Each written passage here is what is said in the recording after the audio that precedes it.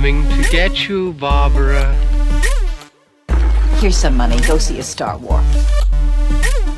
But I'm trying, Ringo. I'm trying real hard to be the shepherd. Welcome back to Long Walk Talks. My name is David Hensley. I'm the owner and creative director of Long Walk Productions, and I am joined today by my two co-hosts, Stan Wilson Lee. Hello. And Chris Wilson Barnes. Hi, I'm from the EPA. Does this house have hair conditioning? Hair? Did you? conditioning? Yeah, hair conditioning. I can get you some Suave. Well, if you didn't get that extremely obscure reference, it's because today we are continuing our Kevin Smith discussion with the film Dogma. Dogma. It's Kevin Smith's fourth film, released in 1999, and it is the story of two fallen angels who are trying to get back into heaven by exploiting a loophole in Catholic dogma. The problem with doing so is that doing so would prove that God is fallible, and since God is supposed to be infallible, that would mean the end of life as we know it. What's fallible? Fallible. Yeah. Fallible is when you can fall from something. It's not fun when it happens to you, is it? Yeah. Well, that's just going to be the whole episode. Strap in, What's folks. the difference between flammable and inflammable? There is none. Yeah. This is the kind of riveting discussion our listeners tune in for. Well, since he tackled and conquered the world of sexuality, Smith dove headfirst into religion. And made it every bit as weird. You think so? Yeah. Guys, this movie is fucking weird. It's weird. Not in a bad way. Stan, you cannot tell me with a straight face that this is not a fucking weird movie. Jay and Silent Bob are prophets and have to ensure that the last scion completes her mission. And But along it's the no way, more weird than the rest of the Bible. If you read the Bible from all right. front to back. We're not doing a complete filmography of the Bible, I though. know, true that. Even in the filmography of Kevin Smith, this movie's fucking weird. They fight a shit monster, Stan. They do fight a shit monster. But we Voiced haven't- by Ethan Suplee. Yeah. Is it? Yeah, it is. Oh, I didn't know. I found that out afterwards. I looked it up. They brought Ethan Suplee back for the shit monster. That's awesome. Hans Gruber is the Metatron. I do love the Metatron. Yeah. Well, that's Alan Rickman. Yes. One of his more heroic roles. Yeah, exactly. And I love him as the Metatron. Yeah, and I just love Alan Rickman in general. How can you not? And I love George Carlin as the flaky priest that he's started Cardinal the whole Glick. thing. Cardinal Gleek. It is going to happen all episode. Yeah. Chris and I were talking about this on the way here to the studio. I forgot how many people were in this movie. Like, Oh, yeah. obviously, I remembered Ben Affleck and Matt Damon as Bartleby and Loki, the two fallen angels. Mm-hmm. And obviously, I remember Jay and Silent Bob Right. and Selma Hayek. As actors, now again, like I said before with the other movies that we've discussed, I haven't seen this in 20 years, maybe 18 or so. So watching it again last night, I was like, oh, fuck, I forgot. Alan Rickman's in this. Chris Rock is in this. I forgot that Alan Rickman in it, and I forgot that Selma Hayek was in it. And it's literally my favorite Selma Hayek role. And I mean, debatable, but I'm not super familiar with him, but apparently Bud Cort is the vessel that Yes. God is in Yes. at the beginning of the movie. yeah, I saw that. Who is Bud Cort?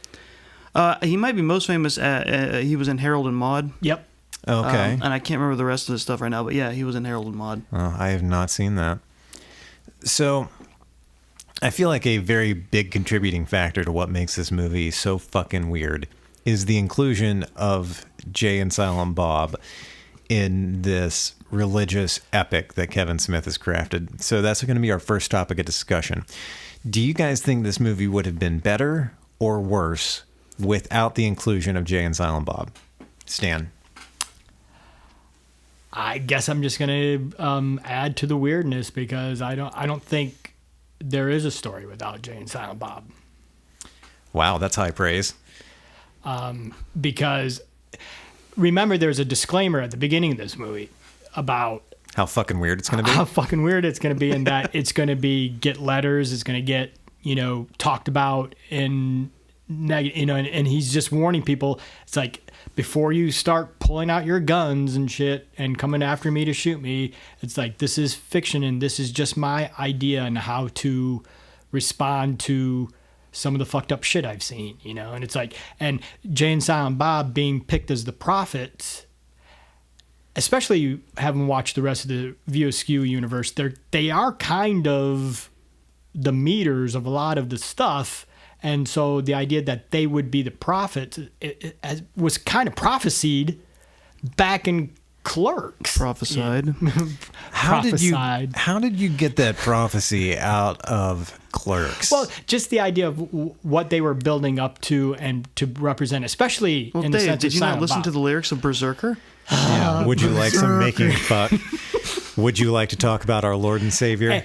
And the idea that out of anybody that could bring a new true message of faith and religion, what better way to make it to the masses by using these two fellas that are,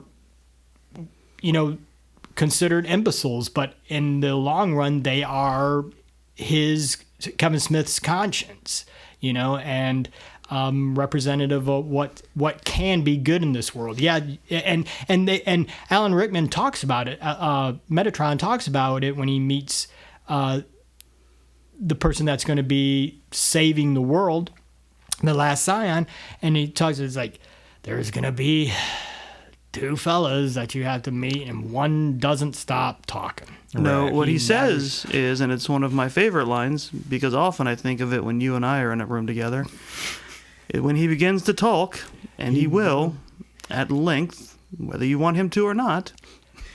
It's interesting that you bring up the disclaimer at the beginning, because that disclaimer did not stop people from protesting. No, it didn't. Kevin Smith showed up to the protest for his own film. Yes, he did. Sign in hand, only to discover a handful of people showed up to it, and the only one who recognized him was a reporter on the scene. Well, he does talk about this in an evening with Kevin Smith, where he's like, he showed up and he was apparently, they were kind of silently protesting, and he was I guess too energetic for them, because they were starting to give him the side eye. I was like, what are you doing? He was standing outside being like, yeah, fuck this movie. Yeah, kind of like that. And he was, oh, that's fantastic. He was going way too hard, and they were like, wait, whoa. Wow. Well, Chris, what do you think? Better or worse without Jay and Silent Bob? Honestly, I sort of heard how he just basically was writing the movie, and they just kept working their way in, and it makes sense, because the way this story progresses, it makes total sense for them to be there. I don't think it's either better or worse with them in it, or not. But honestly, if he hadn't put Jay and Silent Bob in there, he would have put a character or characters who would have been so much like them that people would be like, well, why weren't Jay and Silent Bob in that part? Right. And on top of that, it's like, well, they're established characters. Yeah. And they fit this role perfectly, so you don't have to take a lot of time to explain their origins either. Right. I think, to me, having put a month between these movies and not a combination of 6 years like audiences had, going from the extremely crass drug dealers in Clerks to the goofy sidekicks in Mallrats, to the one-scene wonders in Chasing Amy, to being directly involved in saving the world in Dogma, was such a huge leap that, for me, I could not get past it the whole movie.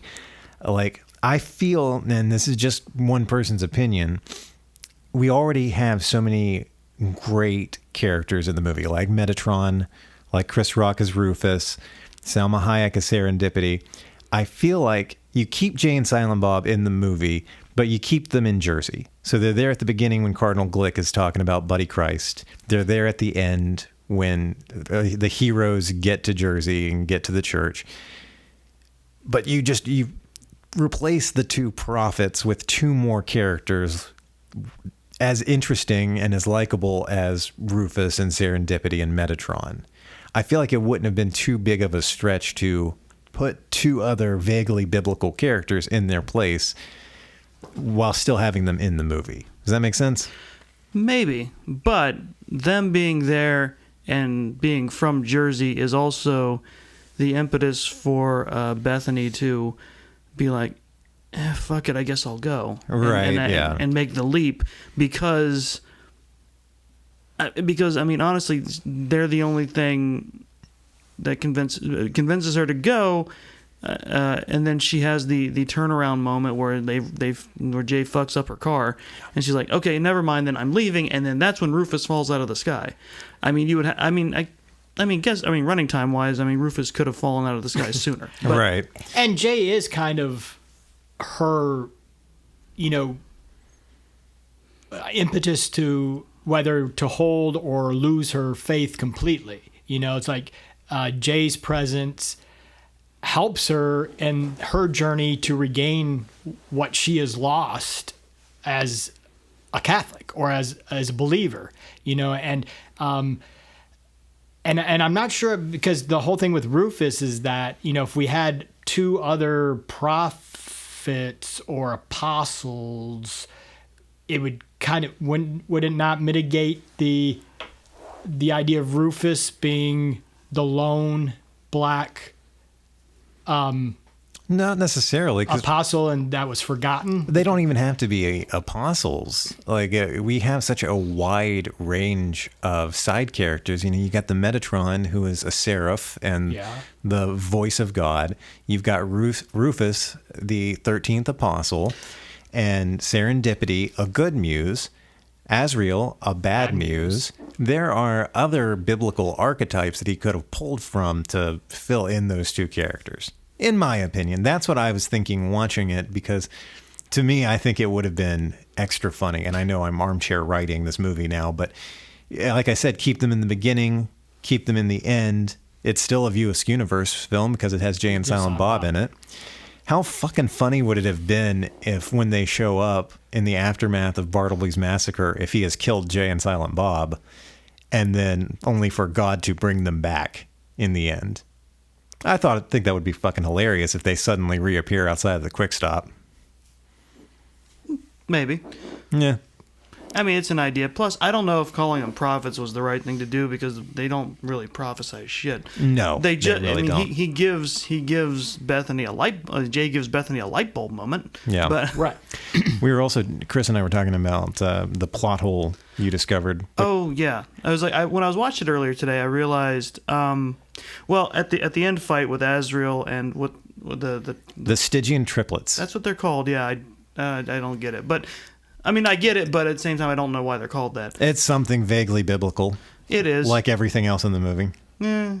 But when they're going to get rid of the Stygian triplets, the three like teenage hockey kids who have been possessed, I guess. But there's never really a big origin on what happened to them, if they were brought in from hell or what. But when they have Bethany bless the sink to get rid of them, to drown them in holy water, Serendipity says it's because of her divine heritage. But I mean, she's descended from one of Jesus' siblings, as they say in the movie. So she's like one of like the half brothers or sisters that Mary and Joseph had. They share genealogy they share a mother, not a father. The father of Jesus is God. She's not directly related to God. Yeah. I had never once thought of that until you pointed it out. It's like saying two people are half siblings. You don't inherit something from the other dad that you don't have. Right. That's one. And then just now... that doesn't bother me really, though, because there's ways around that. Right, there is. And ultimately talking... Because you're still coming from the mother, right? Well, yeah, that and just being designated the last scion, that's just something special that you are... Right, but Mary was not herself holy. No. Mary was a human woman impregnated by God, just like Joseph was a human man. Right. So... Yeah, Chris already made the point, but we're picking at straws here. Would you still have, the essence of God going through her as she's producing other children? I don't know. Let's ask Jesus' brother or sisters. Right. But I thought of one when you were talking about Jay wrecking her car because he doesn't know how stick shifts work. Yeah. Jay should not have actually been able, that the car shouldn't have even moved. Right. If it's a stick shift, he would have had to use the clutch to take off and get on the interstate. Right, and he was up to 90 in a bad gear. Yeah, in first gear. Stripping it. You can't get up to 90 miles an hour in first gear. And also, he implied not only that should he not have been driving the car, that was like apparently his first time driving a car. He implied that as such. Yeah. I don't know why we're discussing plot holes in Dogma of all things. That's not a plot. It's like, it's Kevin Smith. Yeah. I would argue that Set up a joke. that a combination of Jay's stupidity and confidence combined somehow allowed him to luck and basically roll a nat 20 when he shouldn't have. Yeah. And get it get it going. Right.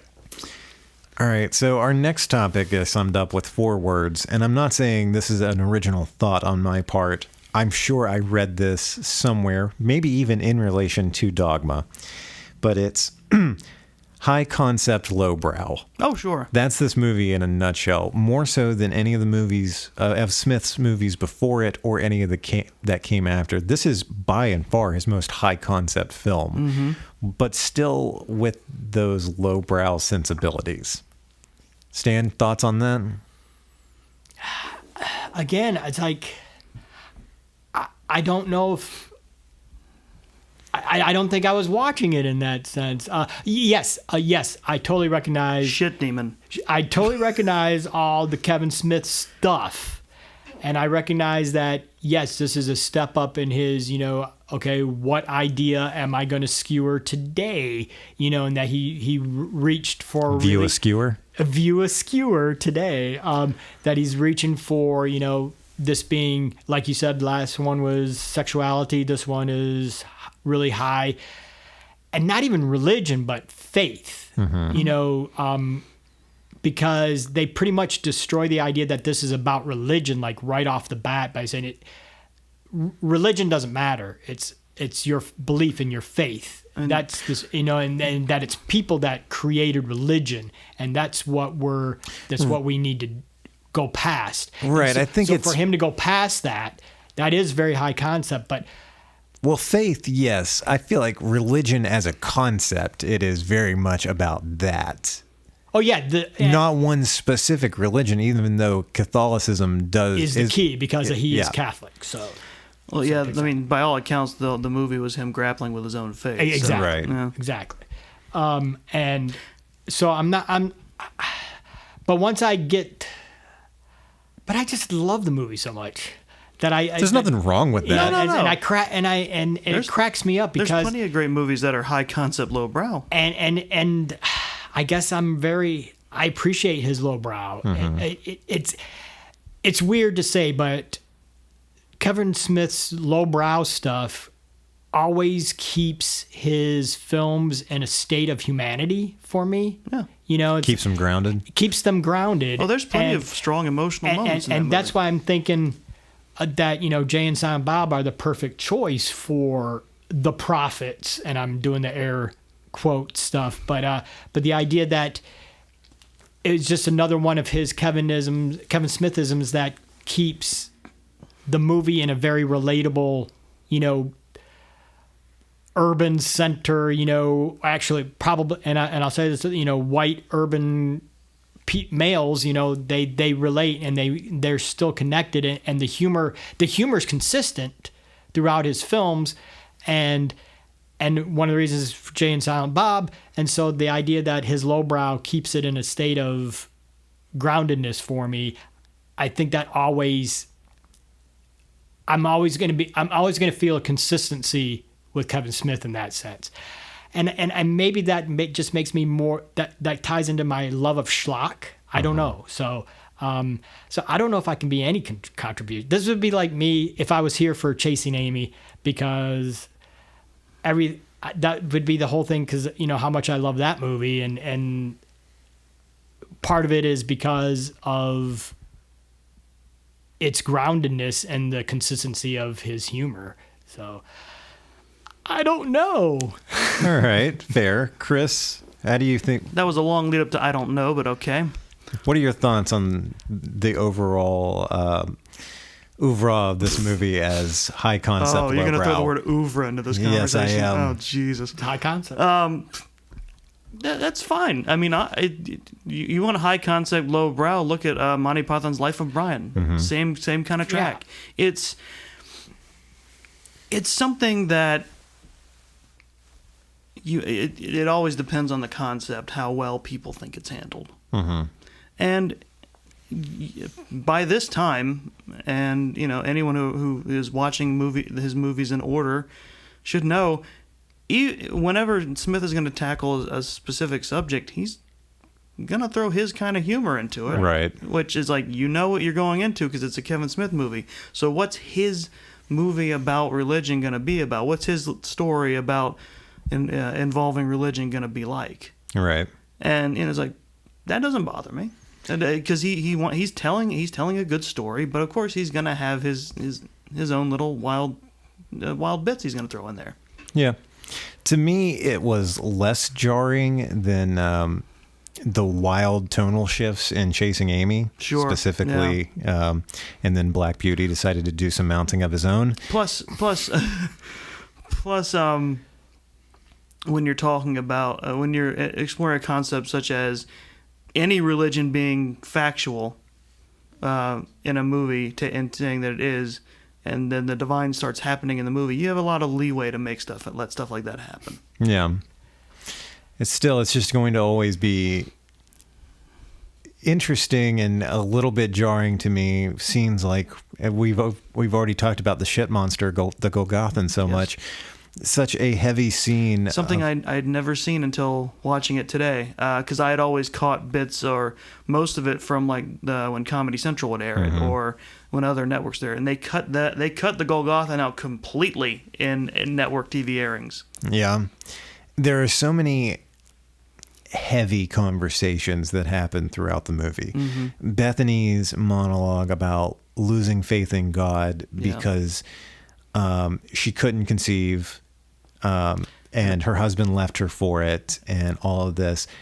And then her conversation with Serendipity about God being a woman, all this heavy, heavy stuff. And then shit overflows out of a toilet and forms into a vaguely bipedal shape. But At least he had a transition. But I get that though. Because honestly, I understand where that comes from. Is like, what would it feel like? I mean, from biblical times to today, what would it feel like if you were literally charged with a holy quest by God? Mm-hmm. Like, if you could look at a lot of different stories in the Bible and the Old Testament this way too, like the fantastical stuff that happens. Maybe it's not a shit demon, but talking to like Moses talking to God through a burning bush, a bush that is literally on fire but not burning. Like there's fire emanating from this, but you can see that, and you're standing there staring at this, and also it's having a conversation with you. A heavy conversation about how you're going to lead the Israelites out of Egypt. So maybe it's not so much the burning bush as it is the flaming bush. I'm going to throw this microphone at you. I'm just saying, if it's burning but it's not actually burning, then it's not a burning bush. Take it up. I did not stand. Shut up. No, he's right to laugh at you. What did I say? I said nothing. You knew what you were saying. When I you said did it. not. It wasn't until I looked over and saw Stan giggling What that did I do? realized what I'd said. But What did you say? I get it. So I say the word bush and you start giggling. Sure. but when it's like, and that's a. I didn't even Low start. brow. I didn't even start the bush discussion. Low brow. right? Chris is the one who brought up bushes. I'm kind of surprised now that I That's why think I about it like that Kevin lowbrow. Smith didn't just say go that? off about the bush at all during the movie. Right. But I it's like it's taking something like that and then it's like, well, what other ridiculous things could possibly happen if, like, say, I don't know, someone from the hell is trying to stop you? Right. It's like, what could they summon? Something terrible like that, I suppose. Yeah, and I know it's not in your list of topics, but Jason Lee. Yeah, right. That's right. Yeah, it is Jason Lee. It's tied into this topic. He he comes into his own. This is where he comes into his own as a performer, as an actor, I think. And he totally gets into the Azrael and the idea that, and that's why I said something about, at least there is a transition, because there's a lot of Kevin Smith jokes, visual jokes, that don't get set up by a transition. But there was 2 transitions, because Jason Lee tells the triplets that we're going to have to call in the Golgothan, and then we have the visual transition of somebody going to the bathroom and it overflows, because that's the only way the the demon can get you were right, get to the world, and so he has to become the shit demon, and that also allows Azrael to come back into the and actually meet all the group, and then you get the great moment when Silent Bob gets to take the blessed golf club and open up Azrael, and I think that is a terrific sequence. Even though we talked about this earlier, that the CGI and stuff is way subpar, even though it's ILM, but that sequence, it was still 1999. Yeah, well, I will say, the Azrael death scene is great, because he's done in by the mortal sin of pride. Exactly.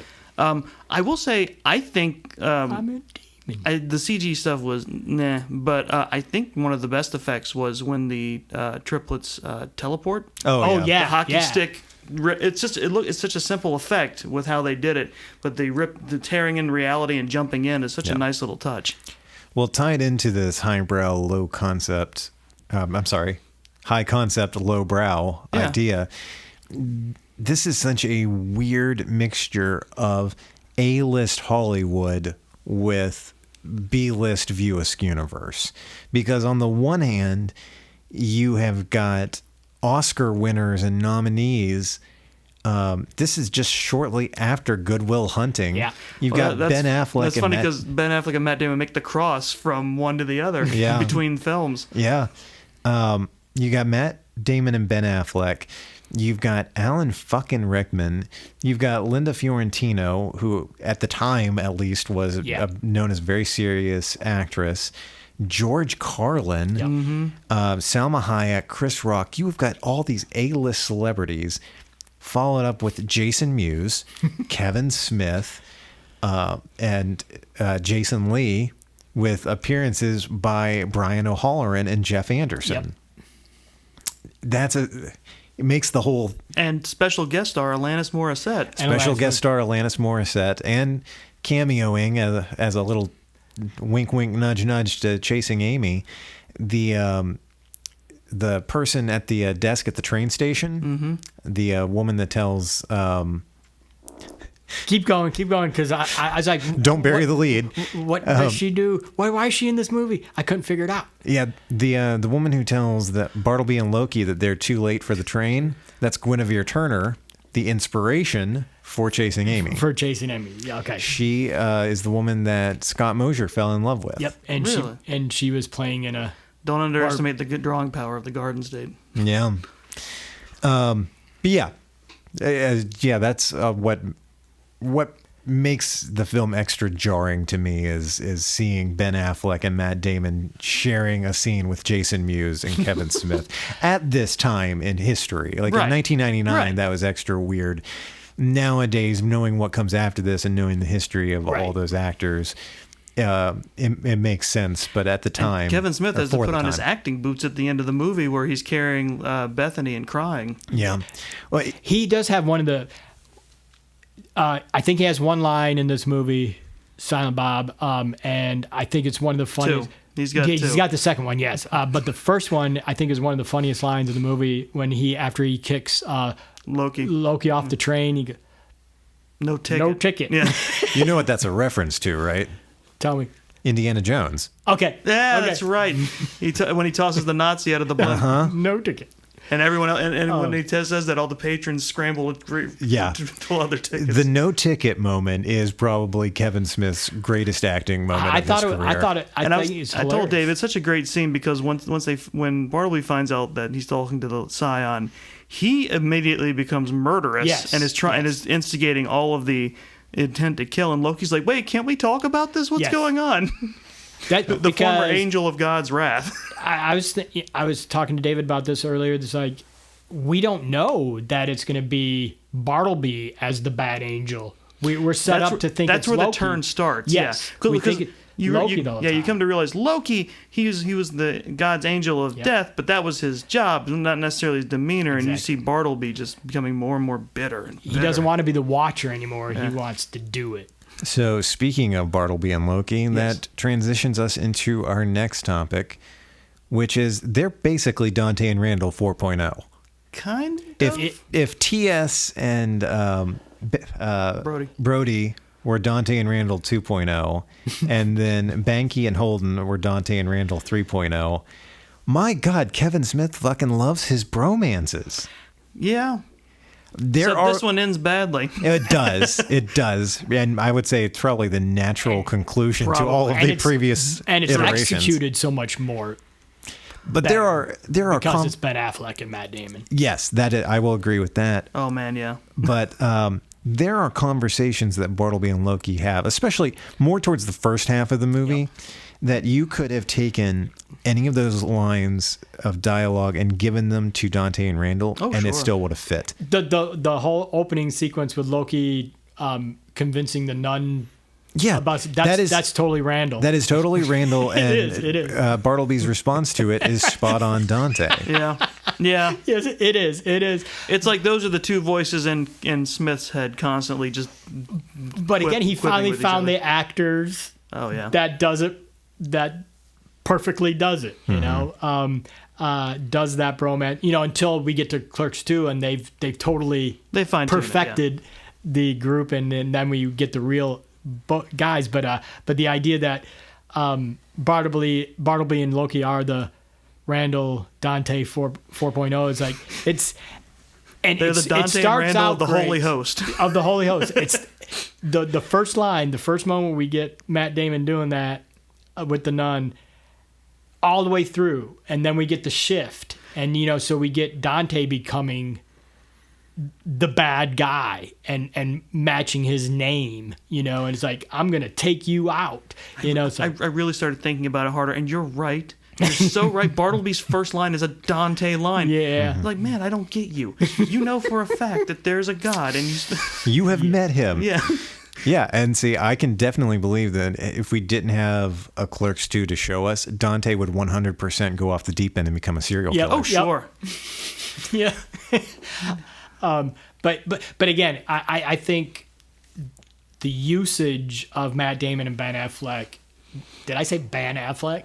Ben Affleck. Just roll with it. None of us can talk tonight. Matt Damon are just lovely in this movie. I think, and like you're saying, how they're going from Goodwill and doing the transfer over. It's like almost seamless. It's like they're totally enjoying themselves in this low budget, nothing of a movie that took nothing to do, and they're totally enjoying, and they're also speaking about their own faith and how their own faith has affected their lives and stuff. So it's like, and they're totally relishing. And Ben Affleck, I think this is one of Ben Affleck's best roles. And it's certainly better if you look at that time frame of Ben Affleck's career. It is one of the high points. Yeah. You could just hit end. I need to let it get the message. Right. You can hit end and it'll still go to voicemail. No. If you hit the side button, it'll automatically send it to voicemail. Side button, right side. No, I mean on the side of the phone. On the side of the phone. No. Do I take this down or do I leave it in? Oh, shit. Take it out or leave it in? That's my cousin. He's telling me something. Look. Wow. I'm going to leave it in because old man Stan. All right, so we're going to move on. That's why I can relate to Kevin Smith. Let's just gloss right the fuck over that, huh? All right. So I started to write down the time code, but what's the point? That's funny. So that was a very Kevin Smith moment. Our next topic of discussion, Linda Fiorentino. What movie did she think she was in? Because she clearly is not in the same movie as everyone. I think she was acting in the movie she wanted to be in and not the one she was in. Right, exactly. She was in a completely differend movie than everyone else in this cast. I think she was still in the movie that she had just done to get her cast in this movie. And I want, oh God, Red. Are you having a stroke? What the fuck? Dave, I'm not trained to handle this. I got a wallet, so I put it in my mouth. Your eyes just went cross-eyed. I want to say gas food lodging, but that's Allison Anders. It's not. But there's like a. But she had just Body count. Oh, right. She was in Men in Black. Fuck. But yeah, she was like the a queen medical of. examiner She was a queen of Men in Black. indie films for a long time. Right. With Gina Gershon and those folks. Well, to me, what really brought this home to me that like, holy shit, what is she doing in this movie? It's when she's talking to Metatron in their first scene together at the restaurant, and every one of her lines, she's like so quiet and dour and like so film acting class example of don't emote. Meanwhile, Alan Rickman is having the fucking time of his life delivering these insane lines In that he's between had. spitting tequila into glasses. Yeah. Because I can't get drunk. It was so weird watching them interact. She wasn't even looking around and marveling at the fact that suddenly she was in a Mexican restaurant. Right, or that she's sitting there in her underwear. Yeah. Yeah, throughout the whole movie, I was just thinking to myself, did she film an entirely different movie? You know, there's the story of how Stanley Kubrick got the kid who played Danny Lloyd. He got the reactions out of him by making that kid think that he was in a comedy. I feel like Kevin Smith gave Linda Fiorentino completely different direction, or she was just in a completely different movie, and he just spliced it all together. Well, that and Kubrick, who was the guy who played General Kong in Strangelove? I forget his name. He's a fairly well-known actor. But Sterling? Hayden? No. It's the general that rides the A-bomb at the end. Right. Slim Pickens. Pickens. Yeah. Apparently, Slim Pickens did not like the idea of playing it crazy, but Kubrick was like, these are going to be outtakes. Just go a little wild and get that out of your system. And then he took all the outtakes and made that the actual footage. And at the end, he was like, okay, that's pretty funny. Right. This would be the opposite if Kevin Smith were like, all right, I want you to play every single one of your lines as seriously as humanly possible. You are a humorless robot in an absurd situation. Yeah, that does, because, her lack of reaction in that scene is a little jarring. Maybe I don't know, maybe she thinks she's still dreaming at this point, but then again, she also hit him with a fire extinguisher and had established he's a real thing. I don't know. I agree that I think especially at the beginning, but I think she may have taken it a little long to get to the point where she would. But at least at the beginning, I think her resignation of disbelief is what she's going to play and what she's going to do for the at least the first half of the film, and that's understandable. You know, it's like none of this is happening, none of this is real. Yeah, I still feel I'm on the road, but I'm not really on the road. This is a dream. The only thing I can at least for the scene with Alan Rickman in the Mexican restaurant is once he teleports them to the restaurant, I'm sure on some level I'll be like, oh, okay, this is a dream. And then it's like, so there's no need to freak out. Well, she completely no-sells, one, putting him out with a fire extinguisher and him being perfectly fine, and then pulling his pants down and seeing that he has no penis. He's a Ken doll, yeah. Yeah. She has no reaction to that either, so why would she have a reaction to being teleported to a Mexican restaurant in her underwear? I'm just saying, if every time Bethany had a line in Dogma, if there was scrolling text across the bottom that said submitted for your consideration, I would not have been surprised. She was going for Oscar. Well, there's a and it's like there's a difference between playing it straight and doing what she did, which you have a point, is like above and beyond playing it straight. Right. Which is a shame. I thought she'd enjoy having a scene with Alan Rickman a little more. It did set up, because the first time she actually responds to anything is like when you started talking about Jay crashing her car. It's like, and her things like, no, I'm not doing this. Well, that's I'm real leaving. to her because that's the only way she's getting to work. Exactly. And then Rufus falls from the sky, and she does have a strong reaction to that because he almost hits her, and it literally came out of the sky. And he's naked, and he's a naked black man, and he's actually a naked black man. He's not an angel. So she's seeing parts that she wasn't expecting to see. I think that's a good point. That's the first fantastical thing that doesn't seem so fantastical that she doesn't think she's dreaming or out of her mind. It's just like... And then from that point on, she gets more... She loosens up. And then she starts reacting to Jay's come-ons and stuff like that. And, it's like, okay, I here's the deal. So she starts setting up and planning stuff, and it's like, okay, I'm gonna try to take control. And then we get to meet the ship monster, and she's like, well, maybe I'm not in control. And but I met Serendipity, and she's pretty cool. So as it goes on, she then becomes more and more and more responsive and realizing that this is really happening. But she never gets to the point where she is totally in the same mind frame as the rest of the characters in the movie.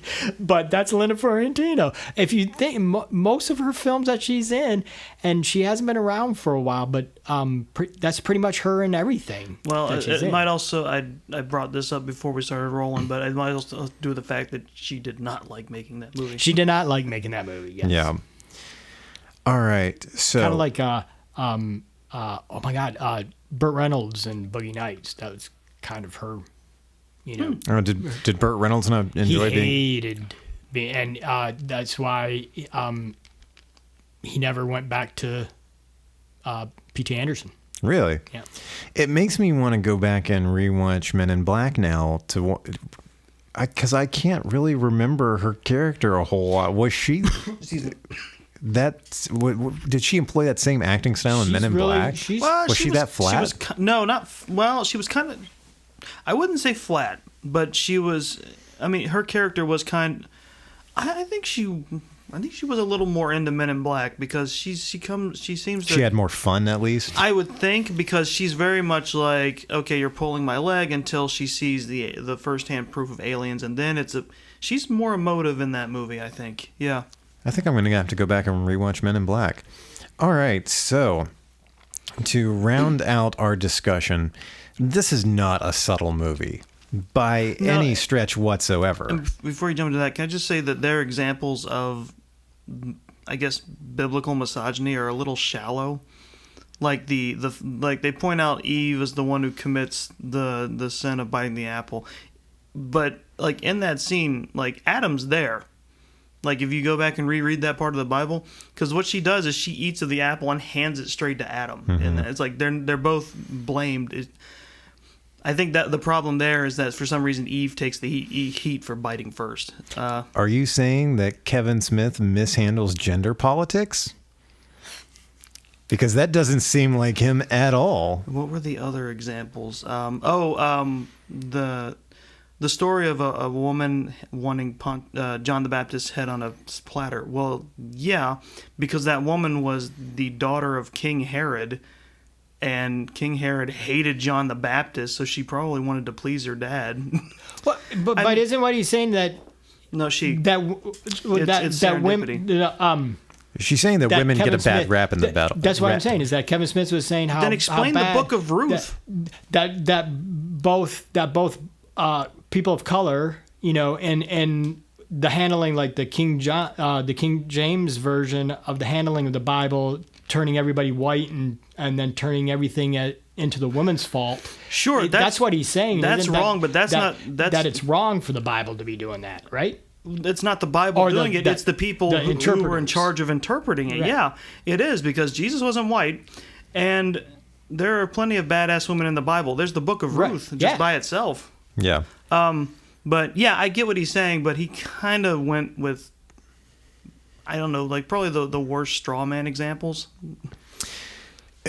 Tangentially related in terms of gender politics, I got a lot more laughs out of this movie than I did out of the three previous ones. Okay.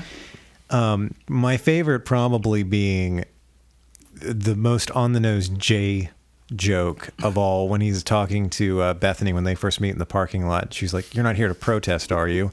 He's like, "Fuck no, I believe in a woman's right to choose."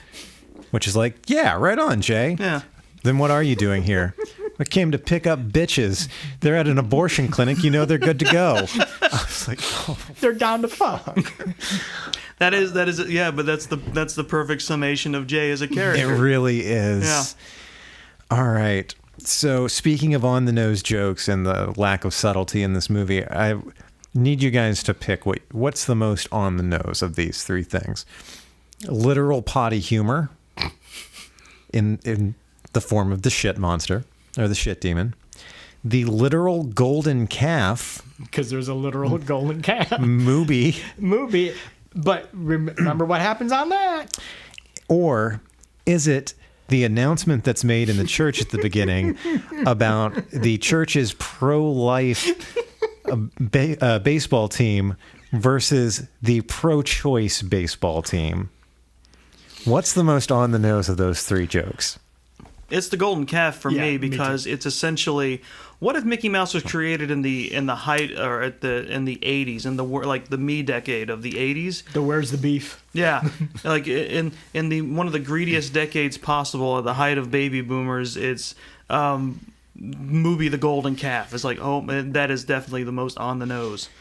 And I mean, it totally sets up the whole, justification for Loki, because I'm killing the idolaters. Right. It is, yeah. It's literally, you are idolaters. There is a specific example in the Bible of not doing this. The woman, you don't have to die because you're totally innocent of this. Mm-hmm. But the rest of you fuckers, and then he gives them even more justification of why he can do right. it. So yes, it's an obvious joke and on the nose, but it is pretty spectacular if you think about it. I'm tempted to say it's the baseball game, pro-life versus pro-choice, but I'm actually going to go with the literal potty humor. That one's probably the most subtle on the nose joke because that one would be easy to miss. The potty humor? No. The pro-life, pro-choice one. Because it's so early, I did miss that. Yeah. So it's so early. Yeah, it is one of the announcements made in the church that Bethany goes to. I would say one of my favorite subtle jokes that I did not notice at first was the banner Catholicism Wow in front of the church after the devastation now reads Catholicism Ow. Yep, the W falls down. Yeah, like half the banner is gone, but the only one that's completely gone is that first W. Yeah, and I saw, I was like, oh, I never noticed that before.